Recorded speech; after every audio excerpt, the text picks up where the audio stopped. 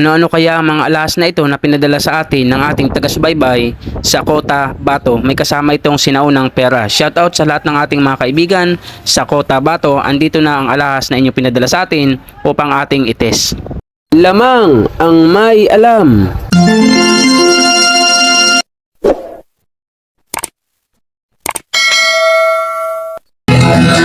Ginto pilak ang ibabaw ko.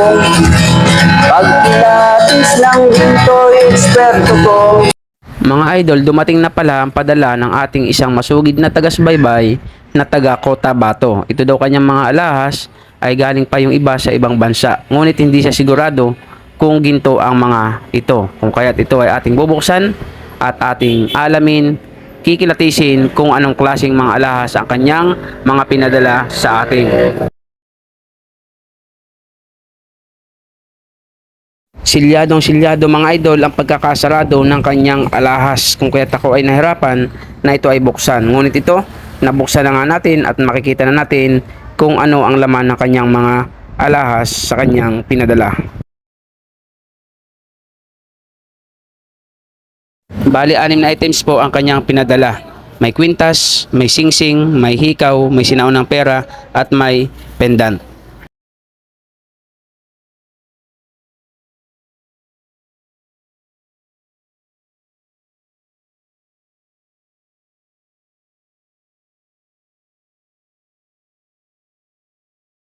Dahil sa gabi nang dumating sa akin ang ipinadalang alahas, minabuti ko na sa shop ko na lamang ites kinaumagahan. At ito na nga, akin nang i-check ang lahat ng kanyang mga alahas na pinadala sa atin. At ito ang una, coins o barya na sinaunang pera. Pangalawa ay isang kwintas, malaki. Para po itong silver kasi kulay puti. Ngunit malalaman natin yan mamaya sa bato at asido.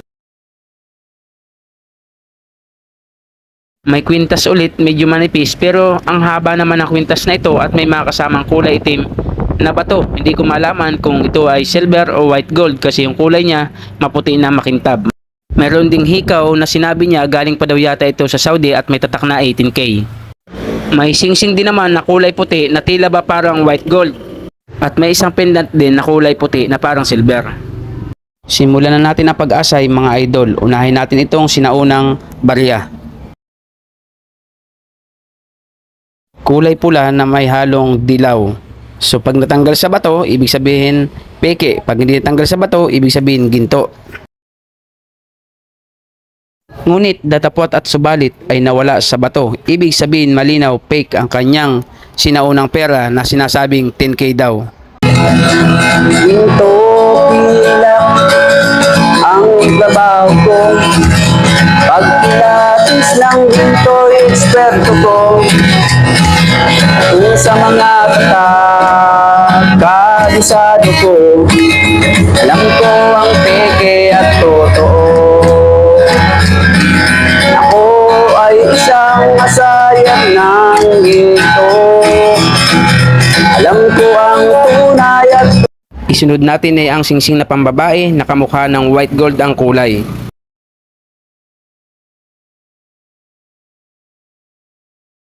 At yan naghahalong puti at dilaw ang kulay na para bang white gold. Ngunit datapwat at subalit nabura na naman sa asido. Ibig sabihin fake na naman ang kanyang singsing.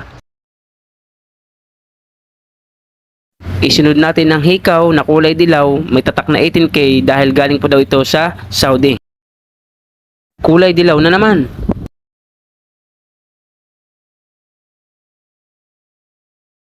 Ngunit datapwat at subalit nabura na naman sa asido. Ibig sabihin fake na naman ang kanyang hikaw na galing Saudi. Isunod natin yung malaking kwintas, kulay puti na medyo pula na para bang white gold na naman. Kulay dilaw na naman. Ngunit datapwat at subalit nabura na naman. Ibig sabihin fake na naman.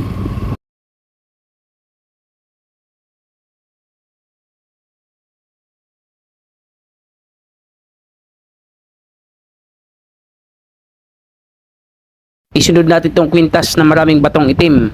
Kulay white gold na naman. Ngunit malalaman natin ulit ito sa bato.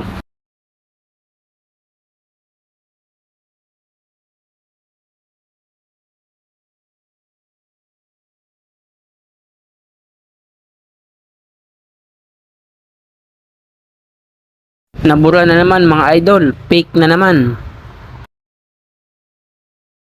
Isunod natin itong pendant na kulay puti. May tatak itong 925. Nabura na naman. Natural lamang mga idol na mabura ang silver sa bato dahil ang silver ay nabubura talaga sa bato.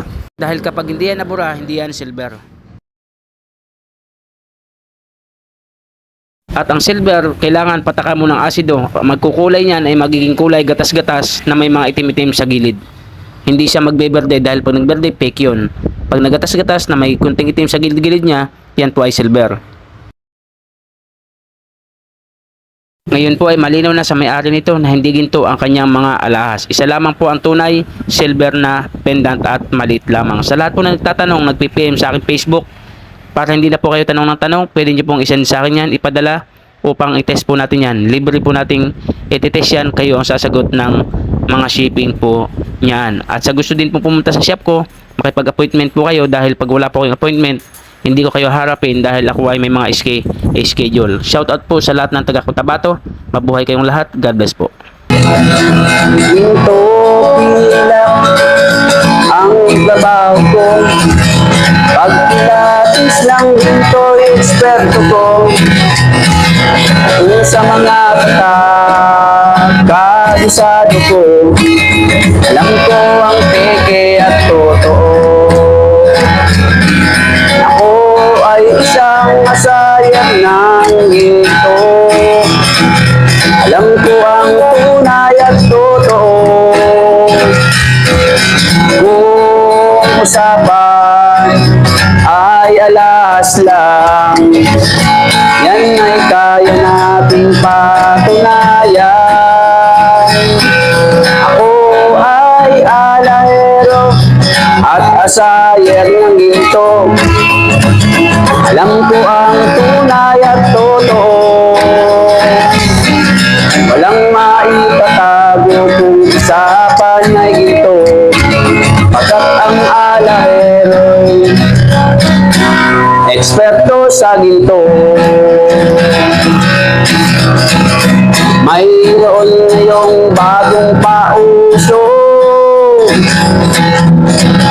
Mahal daw ang barilang 10 piso. 2001. Ang iba naman ay 5 piso. Ang iba ay 20 peso, lagpas kwelyo. Kung sila'y inyong tawagan, chat mo at kahit reply wala man lang.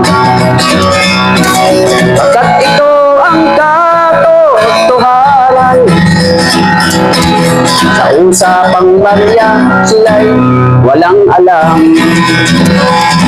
Ginto pilak ang trabaho ko. Pag pilatis ng ginto'y eksperto ko.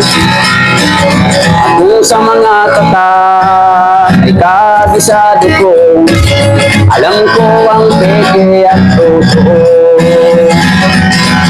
Ako ay isang asayer ng ginto. Alam ko ang tunay at totoo. Walang maitatago kung usapan ay ginto. Pagkat ang alahero'y eksperto sa ginto. May mga taong akala mo ay may alam. Sa pagkilatis ng ginto ay nakikialam. Ngunit ang kanilang ginagawang paraan ay napakalayo na sa katotohanan. Ginto pilak ang trabaho ko. Pag pilatis ng ginto, eksperto ko. Kung sa mga katat ay kabisado ko, alam ko ang peke at totoo. Ako ay isang asayer ng ginto, alam ko ang tunay at totoo. Kung usapan ay alas lang, yan ay kaya natin patunayan. Ako ay alahero at asayer ng ginto, alam ko ang tunay at totoo. Walang maitatago kung usapan ay ginto, pagkat ang alahero'y eksperto sa ginto. Ginto pilak ang trabaho ko, pagpilatos ng ginto'y eksperto ko.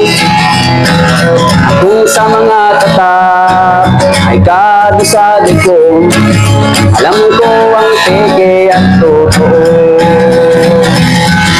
Ako ay isang asayer ng ginto, alam ko ang tunay at totoo. Walang maitatago kung usapan ay ginto, pagkat ang alahero'y eksperto sa ginto. Pagkat ang alahero'y eksperto sa ginto.